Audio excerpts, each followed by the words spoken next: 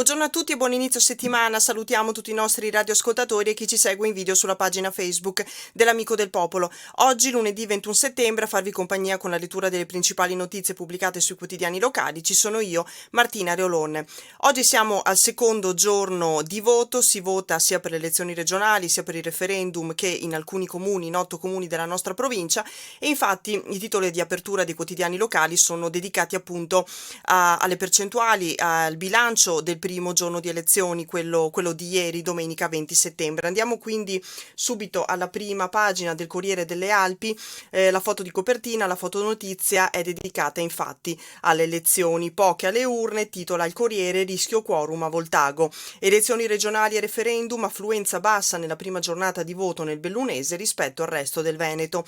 Alle 23 aveva votato solo il 33% alle regionali e il 44% al referendum, affluenza in linea con quanto accaduto 5 anni fa. Per le comunali invece Voltago è a rischio a causa del quorum, non molti gli elettori del paese a Gordino che si sono già recati alle urne. Proteste all'NTI per la difficoltà di fare lettere. Per quanto riguarda Voltago ricordiamo che si è presentata una sola lista, quindi l'unico candidato sindaco deve sfidare il quorum, ma ieri sera alle 11 la percentuale di votanti era ancora piuttosto bassa. Prima di addentrarci nelle pagine che riguardano le elezioni, leggiamo qualche altro lancio dalla prima del Corriere delle Alpi. Lunga coda dell'estate, chiudono alberghi e rifugi, ma i turisti non mollano. Colonne di auto verso le Dolomiti, file per andare alle Tre Cime con parcheggi pieni al mattino. Il meteo ha aiutato a prolungare la stagione. Mai vista così tanta gente come quest'anno. Il meteo infatti ha aiutato perché almeno fino a ieri le temperature erano pressoché estive durante il giorno, nel momento in cui il sole splendeva. E poi ancora il personaggio Luigi Del Fabbro, regoliere e manager a fianco di Doris, una carriera in Mediolanum a fianco di Ennio Doris, ma restando profondamente comeliano e regoliere, l'articolo di Stefano Vietina. Purtroppo a Livinallongo, cambiando argomento, malore in casa, muore a 65 anni, noto barista e volontario della Croce Bianca. Andremo a leggere poi l'articolo. E ancora altri lanci dalla prima del Corriere: il Covid nel Bellunese, bimbo positivo, la sua classe in quarantena per altri 7 giorni. È una notizia di cui abbiamo dato nota anche nei giorni scorsi. La classe dell'elementare di Quartier Cadore con insegnanti a bidelli resterà in quarantena ancora per 7 giorni. E alla Mon, visitatori in calo per il fagiolo, ma il fresco finisce subito. L'articolo è di Roberto Curto. Andiamo quindi subito, prima di addentrarci in altri argomenti, a leggere le notizie che riguardano le elezioni. Andiamo alle pagine che riguardano la regione del Veneto. Veneto, l'affluenza al referendum batte quella per la regione, si vota fino alle 15 oggi. Infatti ricordiamo, ieri domenica si è votato dalle 7 del mattino alle 23 e oggi si vota dalle 7 fino alle 15. La scheda con il quesito per ridurre il numero dei parlamentari attrae di più di quella sul successore di Zaia, seggi sanificati. Questo riguarda appunto la regione. Il Veneto con la Toscana tallona la Val d'Aosta nella classifica dell'affluenza al voto, con il referendum sul taglio dei parlamentari che piace, tra virgolette, più del test sulla regione, il cui esito appare scontato. La forbice di 2 punti alla mattina si è allargata a 4 alle 7 di sera, con Belluno e Treviso che seguivano il gap tra le due schede, appena il 26,9% per le regionali e il 34,8% al referendum tra le Dolomiti, mentre nel Trevigiano siamo al 33,7%, sempre per le regionali, contro il 39,4%, quindi un numero abbastanza rilevante di persone ha votato di più per il referendum che non per le regionali. Insomma, il test nazionale anticasta appassiona più di quello locale. Alle 19 i dati diffusi dal Ministero degli Interni davano questa fotografia. In Veneto ha votato il 35,6% degli elettori, che sono 4.126.055 persone. Per quanto riguarda il caso Belluno, in testa alla classifica la provincia di Padova per quanto riguarda le votazioni, con il 41%, in coda Belluno che risulta staccata di 9 punti sulla media regionale. Forse è utile ricordare che si tratta di un trend stabile nel tempo, sconfessato solo alle politiche del 2018.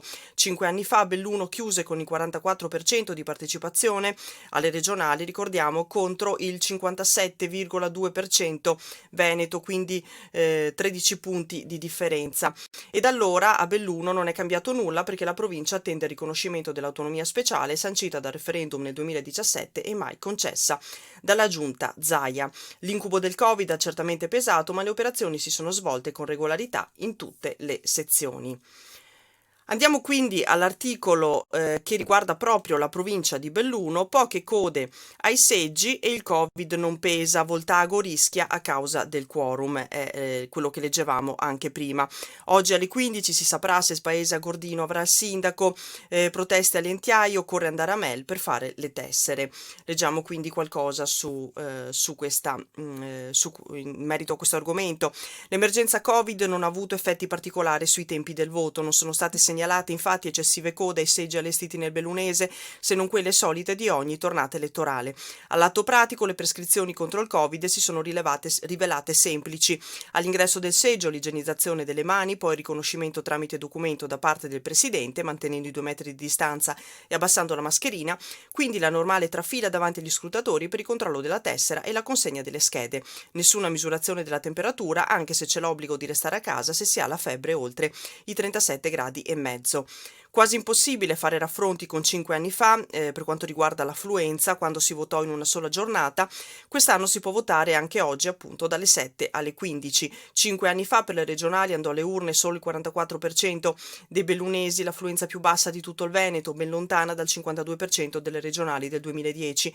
Quest'anno i conti si faranno domani pomeriggio, la chiusura dei seggi, ma i primi domani pomeriggio, cioè oggi pomeriggio, la chiusura dei seggi, ma i primi rilevamenti di ieri, delle 12 alle 19, mostrano un arretramento rispetto alle altre tornate elettorali. Andiamo quindi ai dati, l'ultimo rilevamento, quello di ieri sera, l'ultima rilevazione della giornata è alle 23, per il referendum ha votato circa il 44%, dato parziale, per le regionali il 33%, quindi più di 10 punti percentuali in meno, una differenza significativa tra referendum e regionali. Per quanto riguarda i comuni, si vota in 8 comuni, 3 in Agordino, 4 in Valle del Boite e poi c'è Zoppè di Cadore. Solo un comune combatte con il quorum ed è quello di Voltago. Oggi pomeriggio si saprà se nei prossimi anni Voltago avrà un sindaco o se tornerà il commissario prefettizio. Alle 12 di ieri l'affluenza nelle 2 sezioni di Voltago era piuttosto bassa, tra il 10 e l'11%, più alta negli altri comuni chiamati alle urne. Alle 19 la percentuale di Voltago superava di pochissimo il 25%, un segnale non positivo, ma c'è tempo per recuperare. Per quanto riguarda l'affluenza negli altri comuni, si va al 39% di San Vito di Cadore, al 27% di Gosaldo. Per quanto riguarda la protesta di cui leggevamo prima, come ogni anno gli uffici elettorali dei comuni lavorano parecchio. Per quanto riguarda Belluno, da 1 settembre alle 12 di ieri erano state fatte 367 nuove schede elettorali, ben 72 nella sola mattinata di ieri. Arrivano delle proteste dalle Entiai per chi doveva rifare la tessera o riceverla per la prima volta. Per questa incombenza avrebbe dovuto recarsi al municipio di Melle, ma c'è chi ha rinunciato a votare perché non aveva questa possibilità. Doveva esserci un recapito anche alle Entiai, è la lamentela. Di interesse per il bellunese, oltre a questi dati, c'è anche l'elezione di Verona, dove è in corsa per un posto al Senato le elezioni supplettive l'ex onorevole Luca De Carlo. Leggiamo ancora una notizia che riguarda le elezioni, le percentuali, gli iscritti AIRE condizionano i dati del comune di Soverzene. Parliamo dei residenti all'estero, l'AIRE è infatti l'anagrafe italiana dei residenti all'estero. Residenti all'estero che sono più del doppio degli abitanti, il paese è in testa per l'affluenza al referendum e ultimo per il rinnovo a Venezia. Accade regolarmente ad ogni elezione, a Soverzene votano in pochi rispetto agli aventi diritto e tutte le volte il sindaco spiega che dipende dai residenti all'estero, un problema che riguarda anche molti altri comuni bellunesi, dalla vicina Val di Zoldo a tutto il Feltrino. Un dato che a Soverzene è clamoroso, infatti gli iscritti all'AIRE, quindi i residenti all'estero, sono più del doppio degli abitanti, 875 contro i 366 che vivono nel paese. Situazione meno pesante ma comunque importante anche ad Arsier, a Lamon, a Fonzaso, quindi il Feltrino e in alcuni comuni dell'Agordino. Chiudiamo la pagina dedicata alle elezioni e parliamo in questo caso di turismo in quota. Il titolo scelto dal Corriere delle Alpi a pagina 14, la prima di Belluno, è Assalto alle Dolomiti anche a settembre, ma gli alberghi e i rifugi stanno chiudendo. Pian dei buoi, mai vista così tanta gente d'estate da noi, ancora lunghe file per salire sugli autobus alle tre cime, l'articolo è di Francesco Dalmas. 20 settembre, le scuole riaperte da una settimana, eppure è da una decina di giorni che siamo costretti a chiudere la strada delle tre cime, fa sapere il sindaco di Auronzo Tatiana Paisbecker, tra le 9 e le 10 del mattino perché si esauriscono i 700 parcheggi in quota. I turisti pertanto sono costretti a fare la coda per centinaia di metri lungo il lago di Misurina in attesa di salire sui pullman che fanno la navetta. Giù in paese non sono mancati i villeggianti che si sono distesi al sole in costume sulla spiaggia dell'Ansiei. Anche in questo fine settimana le Dolomiti sono state prese d'assalto, complice anche la bella giornata di sole. Sono appena stato da un ristoratore, racconta Leandro Grones, sindaco di Livinallongo, che doveva chiudere ieri sera ed ha anticipato lo stop a sabato dopo pranzo perché non aveva più niente di offrire, tante erano state le richieste. Conclusione: se tanti alberghi, rifugi e impianti ieri hanno appeso il cartello closed, la maggior parte degli ambienti di Arabba restano aperti, così pure telecabine e seggiovie. L'albergo Olimpia sino a fine ottobre. Per la maggior parte degli alberghi della provincia, fa sapere il presidente provinciale di Federalberghi, Walter De Cassan, quella di ieri è stata l'ultima giornata di apertura. Continuando il tempo molto bello di questi giorni, qualche collega era tentato di avventurarsi oltre, ma con le piogge in arrivo ha deciso di concludere una stagione che è andata come avevamo previsto, sufficiente per gli esercizi della clientela italiana, di segno contrario per chi ospitava solitamente gli stranieri. Questi non sono arrivati, mentre gli italiani non hanno compensato la mancanza dei tedeschi e degli altri d'oltre confine. Infatti ricordiamo con l'emergenza Covid molti italiani hanno deciso di rimanere appunto nel loro paese e gli stranieri non hanno scelto l'Italia come meta turistica. Andiamo avanti. Parliamo di un'esercitazione che si è svolta ieri sul Col dei Baldi. Vigili del fuoco in addestramento, fiamme sul Col dei Baldi, ma era solo un'esercitazione. Oltre 60 pompieri, l'elicottero e il reparto telecomunicazioni di Venezia, domenica di prove di spegnimento di fiamme tra le baite e vicino alla funivia. Incendio a Col dei Baldi, vigili del fuoco mobilitati a decine per salvare le baite nei dintorni, eliminare e limitare i danni delle fiamme su un territorio che dopo Vaia cerca di risanare le sue ferite. Era chiaramente un'esercitazione quella che ieri ha messo in moto qualcosa come oltre 60 vigili del fuoco dei distaccamenti agordini e regionali. E ieri è stata, con tante persone in montagna, è stata anche una giornata impegnativa per il soccorso alpino. In stato confusionale lungo un sentiero, soccorso un turista. Soccorso alpino mobilitato di notte, sabato, e anche ieri è stata una giornata abbastanza impegnativa per Falco, tra malori e cadute. Sul Tre Croci ieri 2 turisti si sono imbattuti in un escursionista in stato confusionale dopo una caduta sul sentiero. Erano le 14 circa e Falco è andato in missione per soccorrere un uomo di 63 anni di Venezia. Alcuni escursionisti lo avevano accompagnato nei pressi del passo Tre Croci dopo averlo trovato in stato confusionale. Il turista veneziano era caduto, il personale medico dell'equipaggio ha prestato le prime cure a 63enne per un probabile trauma cranico, per poi imbarcarlo e trasportarlo all'ospedale di Belluno. E alle 14:20 il Pelican di Bolzano è invece intervenuto per un malore al rifugio Lavaredo sotto le Tre Cime, in questo caso una donna di 56 anni che aveva accusato un dolore al torace ed è stata accompagnata per le verifiche del caso all'ospedale di Brunico. Ieri mattina Falco è volato anche in zona Santo Stefano per soccorrere un anziano caduto in casa, e nella notte tra sabato e domenica una raffica di soccorsi in quota per le squadre a terra del soccorso alpino. Attorno alle 19 di sabato il soccorso di Cortina è stato allertato per una coppia di escursionisti di Rimini bloccata per una crisi di panico lungo il sentiero che dal rifugio Croda da Lago porta al becco da Ial. Un dipendente del rifugio è quindi partito da lì, mentre una squadra è salita dal becco. Una volta incrociati 2 ragazzi, 25 e 23 anni, sono stati riaccompagnati a valle. E così di seguito tanti altri, numerosi altri interventi, per fortuna conclusosi senza esiti tragici. Ad Arabbe invece c'è stato un malore fatale in casa ed è morto Franco Xais, barista e volontario.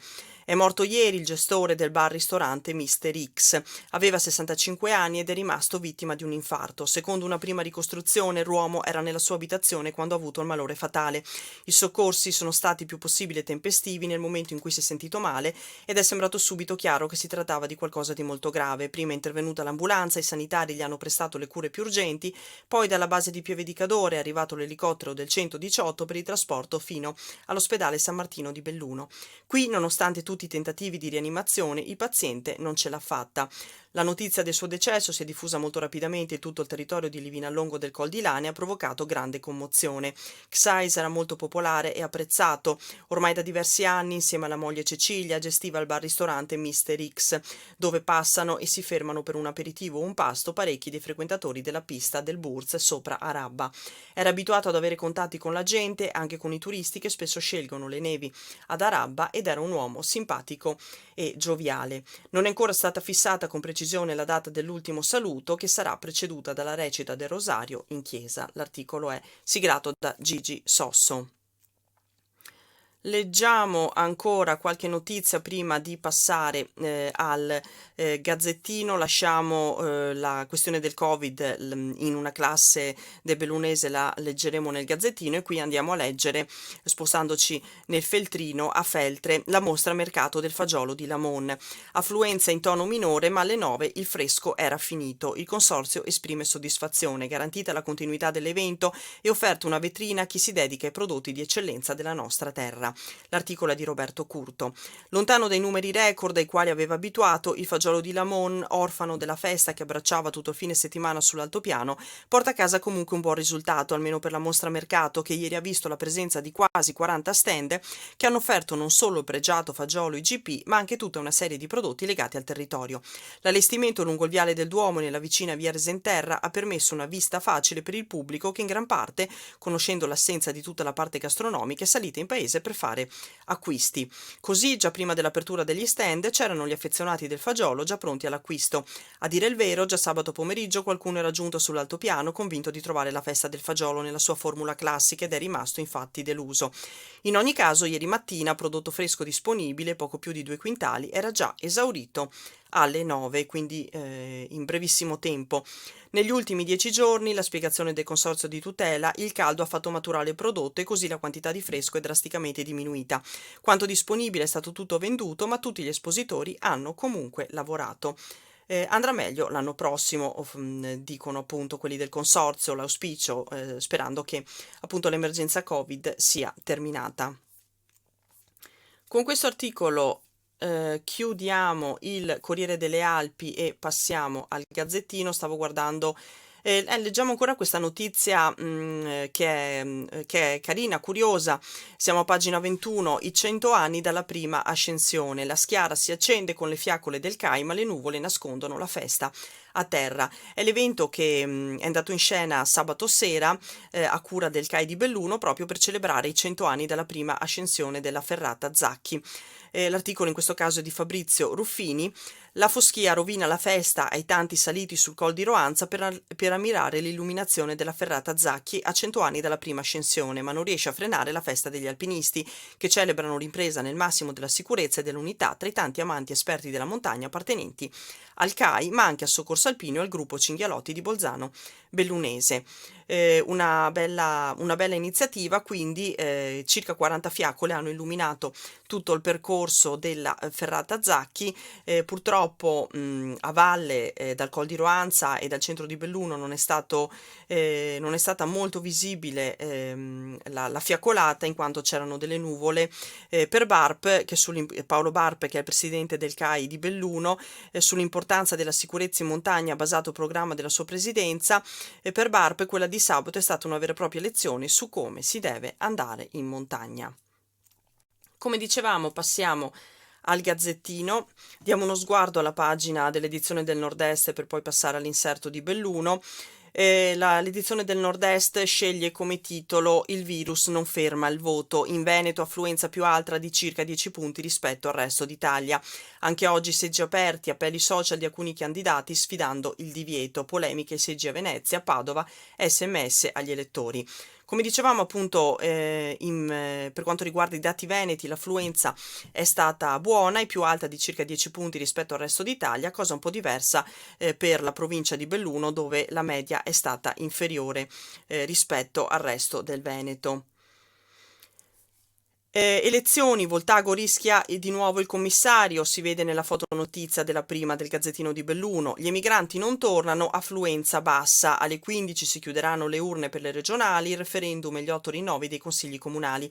In provincia l'affluenza è sotto il 35%, oltre 11 punti in meno del Veneto, lo leggevamo anche prima ieri, anche prima, scusate, sul Corriere delle Alpi, e Voltago rischia di restare ancora senza sindaco. Ricordiamo, è l'unico comune in cui si è presentata una sola lista che deve riuscire a sfondare il quorum a tempo fino alle 15 di oggi.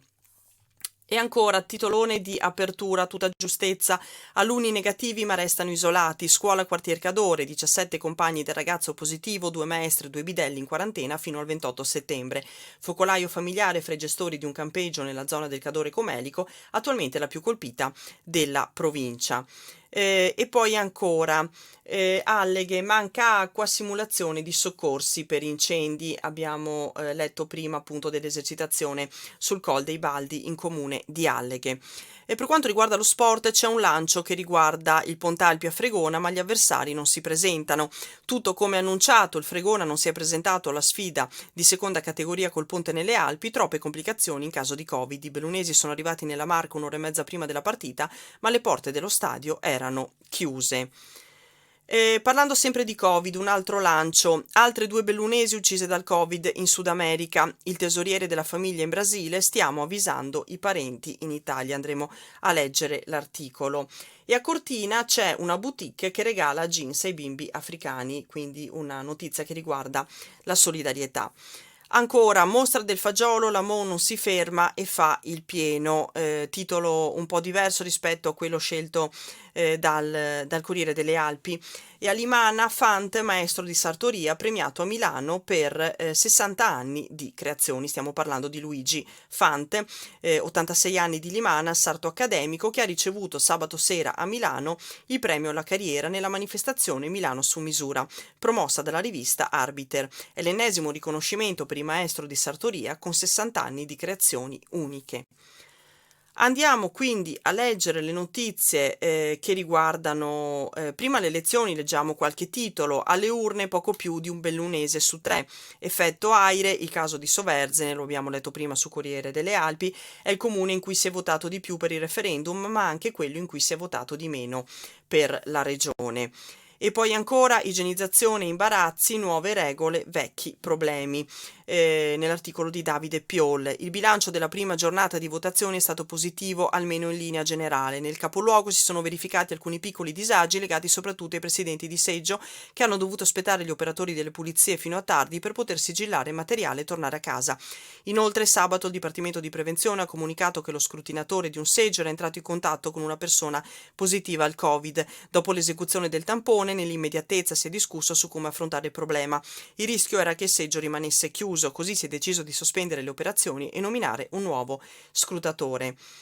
Elettori impreparati, si legge in un sottotitolo del Gazzettino. E poi ma ci sono 2 elezioni, qualcuno ha chiesto, ed altri, ma la tessera elettorale non me la date voi? Sono alcune delle domande che gli elettori hanno rivolto ieri ai presidenti di seggio. Qualcuno ha anche chiesto come fare per mettere la croce a favore di uno dei candidati, specificando il nome. Non può dirmi la sua preferenza, ha risposto il presidente di seggio. No, certo, ha continuato imperterrito l'uomo, ma la dico solo a lei. Come faccio? Piccoli siparieti che hanno movimentato la lunga giornata. In generale sono state rispettate le regole anticontagio, alcuni elettori si sono presentati addirittura con i guanti. Continuiamo, test negativi ma classe in quarantena, è la notizia con cui apre oggi il Gazzettino. Arrivati i risultati dei tamponi fatti su maestre e 17 compagni del bimbo positivo di 7 anni della primaria di quartier Cadore, aula sigillata, torneranno tra i banchi dopo il 28 settembre. È previsto l'isolamento di 2 settimane per i 23 contatti stretti. Caso di Covid all'elementare di quartier Cadore, sembra si possa stare tranquilli, tutti i tamponi esaminati ieri relativi ai compagni di classe, agli insegnanti e agli operatori classificati come contatti stretti del bambino di 7 anni, riscontrato positivo sabato, hanno infatti dato esito negativo. Il gruppo, che è composto da 17 bimbi, 2 insegnanti e 2 bidelli, tuttavia resterà comunque in quarantena, con conclusione prevista dopo 14 giorni da lunedì scorso, giorno in cui è avvenuto il contatto scolastico con il bambino positivo. Quindi si resta in quarantena fino al 28 settembre. L'episodio, insomma, il primo di quest'anno, sembra essere piuttosto contenuto e non aver innescato conseguenze a domino sui compagni di classe. Tuttavia la scuola resterà chiusa oggi e domani, potrebbe riaprire mercoledì, ma su questo la dirigente Bruna Codogno ieri non aveva notizie certe. Parlerò domani mattina, quindi oggi, con il Dipartimento di Prevenzione, ha fatto sapere ieri, e farò tutto quello che mi verrà detto. Le aule hanno ugualmente ospitato i seggi elettorali dopo un'adeguata sanificazione di tutti gli interni. L'articolo è di Alessia Trentin. Leggiamo ancora la notizia che riguarda altre due notizie, quella che riguarda i morti a causa del Covid in Brasile, bellunesi in Brasile, Covid, 2 morti. Davino Contini della famiglia sta raccogliendo i dati dei discendenti degli emigranti periti nella pandemia, ma c'è anche chi ha battuto il virus, è il medico e associato Olcimar Luis Pelle, che ha raccontato in italiano la sua battaglia. L'articolo è di Olivia Bonetti. Il lutto che ha colpito i discendenti della famiglia fonzasina, che ha dovuto piangere la mamma uccisa dal Covid, non è l'unico che ha interessato gli emigranti bellunesi. Davino Contini, il tesoriere della famiglia bellunese in Brasile, uno dei paesi più colpiti dal coronavirus, racconta: abbiamo ricevuto informazioni di 2 donne defunte per Covid-19. I mariti sono di origine bellunese. Si tratta della famiglia Brandalise e Cristianetti. Stiamo attendendo maggiori informazioni anche per diffondere la notizia ai compaesani nel bellunese. Una delle donne decedute è Terenzina Tramontina, morta per Covid il 16 settembre scorso e sposata con un uomo originario appunto del bellunese. In questi mesi di pandemia uno dei compiti che stanno svolgendo gli associati delle famiglie bellunesi all'estero è anche quello di raccogliere informazioni, per quanto possibile vista la privacy, sui deceduti, e prendere contatto con le famiglie di origine bellunese e poi con i parenti in Italia. Un medico, c'è anche la storia appunto di un medico che ce l'ha fatta, un medico associato all'Associazione Bellunesi nel Mondo, prosegue Davino Contini da Serra Gaucia, ha affrontato la pandemia curandosi. Si tratta di Olcimar Luis Pelle, che ha raccontato la sua battaglia in perfetto italiano sulla sua pagina Facebook. Leggiamo quindi l'ultima notizia prima di chiudere la rassegna stampa di oggi. Boutique dona jeans a bimbi africani. Siamo a Cortina. Il negozio di Corso Italia ha consegnato 164 pantaloni taglie da 0 a 12 anni alla Onlus Emma's Children. Non è la prima volta che la storica attività fa beneficenza, proseguono le iniziative per i meno fortunati della cooperativa. Dalle Dolomiti all'Etiopia, da Cortina ad Addis Abeba. Sono già in viaggio i 164 pantaloni da bambino destinati alle comunità Bosco Children, dirette dal salesiano veneto Don Angelo Regazzo, nella capitale etiope e nel villaggio di Addis Alem, un borgo rurale che dista un paio di chilometri dalla capitale. La struttura assiste i bambini più poveri, quelli che non hanno la possibilità di frequentare la scuola perché le loro condizioni di vita sono tali da non consentirgli di comprare nulla per i loro studi. Questi abiti sono stati donati da Maria Grazia Zuccaro, titolare di uno storico negozio di abbigliamento nel centro di Cortina. Sono stati consegnati ieri a Gianfranco Girardi della Onlus Emma's Children. Sono pantaloni da bambino di diverse taglie, dai 2 a 12 anni, in tutto 164 pezzi di ottima qualità. L'articolo è di Marco Di Bona. Con questo articolo chiudiamo l'appuntamento di oggi con la rassegna stampa. Vi invitiamo a seguire domattina puntuali la nostra rassegna alle 8:30 sulle frequenze di Radio Piave, poco dopo anche in video sulla pagina Facebook dell'Amico del Popolo e sul nostro canale YouTube. Vi forniremo anche sul nostro sito in diretta appena sarà possibile, appena arriveranno i risultati delle elezioni, quindi seguite il sito www.amicodelpopolo.it. Intanto buon inizio di settimana a tutti, buona giornata e a prestissimo. Grazie dell'ascolto.